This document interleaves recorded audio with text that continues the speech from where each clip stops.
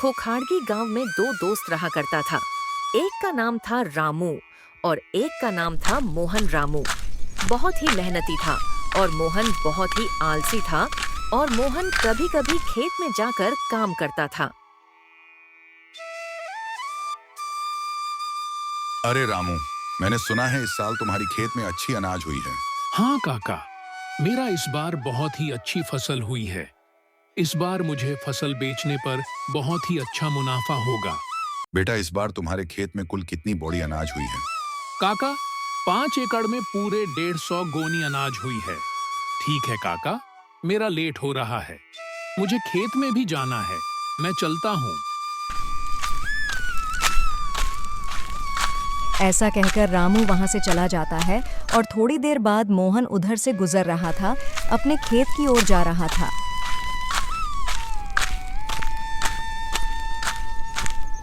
अरे मोहन बेटा, कहाँ जा रहे हो? काका, खेत में फसल की बोरियां आज सुबह जल्दी जाकर मैंने भर दी थी, अब उन्हीं को लेने जा रहा हूँ। काका, मैं खेत की तरफ जा रहा हूँ क्योंकि आज मेरी धान की कटाई हो गई है ना, इसीलिए खेत जा रहा हूँ।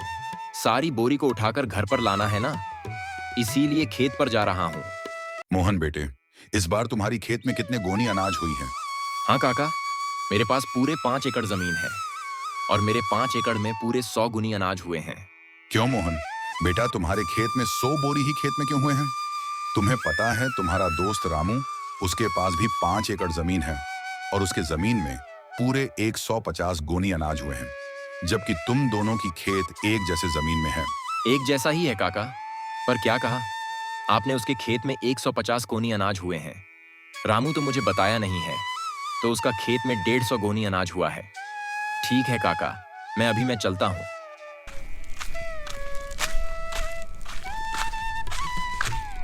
फिर मोहन शाम को अपने अनाज बेचकर अपने घर लौट जाता है और घर पहुंचकर अपने पत्नी को सारी बात बताता है। सीता, तुम्हें पता है इस बार रामू को खेत में पूरे 150 गोनी अनाज हुए हैं। पता है आपको 50 गोनी का नुकसान क्यों हुआ है? क्योंकि आप अपने दोस्त रामू की तरह मेहनत नहीं करते हैं, इसीलिए आपको 50 गोनी का नुकसान हुआ है। और तो और, आप खेत तभी जाते हैं जब आपका मन करता है। अरे सीता, इसमें मेरा क्या गलती है? मेरे से जितना होता है उतना तो मैं मेहनत करता हूँ ना। अब मुझे तुम ही बताओ, इससे ज्यादा मैं और क्या करूं? अब अपनी जमीन को आप बेच दो और महान की पास वाली जमीन को आप खरीद लो।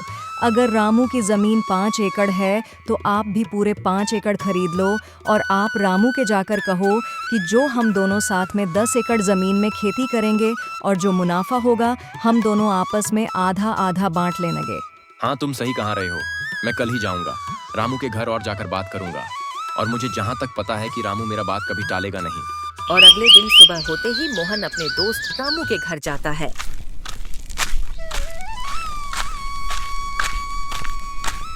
और भाई रामू, कैसे हो तुम? और सब ठीक है ना घर पर? हाँ मोहन भाई, मैं तो ठीक हूँ। और सब तुम बताओ, क्या हाल है? और सवेरे सवेरे आज कैसे आना हुआ मेरे घर पर? रामू, हम दोनों तो बचपन के बहुत अच्छे दोस्त हैं ना, कि मैं सोच रहा था कि मेरी जमीन को बेच दूं और तुम्हारे जमीन के पास ही एक जमीन खरीद लूं। पूरे 5 एकड़ है, तुम्हारे जमीन के बराबर में ही है। हाँ हाँ मोहन भाई, खरीद लो, ये तो अच्छी बात है। मुझे भी एक अच्छा पड़ोसी मिल जाएगा। लेकिन रामू, तुझे अगर कोई ऐतराज ना हो तो हम एक साथ में ही दोनों खेती बाड़ी कर सकते हैं। अलग अलग मेहनत करने से अच्छा है हम दोनों साथ में ही खेती करेंगे। ऐसे हम दोनों बहुत ही मेहनत करेंगे तो हमें बहुत ही अच्छा मुनाफा मिलेगा। हाँ हाँ मोहन भाई, मुझे इस बात से कोई ऐतराज नहीं है।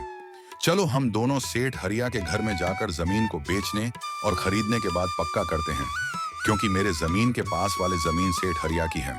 और थोड़ी देर बातचीत करने के बाद दोनों सेठ हरिया के घर चले जाते हैं। सेठ जी, रामू के बगल वाली खेत जो है आपका, मैं उसको खरीदना चाहता हूँ। लेकिन खरीदना है तो खरीद लो। हमने कब आपको मना किया है? खरीदना है तो खरीदने के लिए आप पैसे तो लेकर आए हो ना। सेठ जी, बात ऐसी है मेरी, जो 5 एकड़ जमीन है ना, मैं उसे बेचना चाहता हूँ और रामू के पास वाली जमीन 5 एकड़ उसे खरीदना चाहता हूँ। मुझे कोई दिक्कत नहीं है, लेकिन मुझे मेरी जमीन के बदले तुम्हारी जमीन और 5,000 रुपए चाहिए। लेकिन सेठ जी, मेरी जमीन भी तो 5 एकड़ की है और आपकी जमीन भी तो 5 एकड़ की है, तो आप मुझसे 5,000 रुपये और क्यों मांग रहे हैं? मोहन, आपने अपनी जमीन के हिसाब से कीमत होते हैं। अगर आपको लेना है तो लो, नहीं तो आप जा सकते हैं। हम आपको जोड़ जबरदस्ती नहीं कहा रहे हैं कि आप मेरी जमीन को ले लो। सेठ जी, ठीक है, आप और 5,000 रुपये ले लेना और आपकी वह जमीन मुझे दे दो। फिर मोहन सेठ हरिया की जमीन खरीद लेते हैं और दोनों उसमें खेती करने लगते हैं।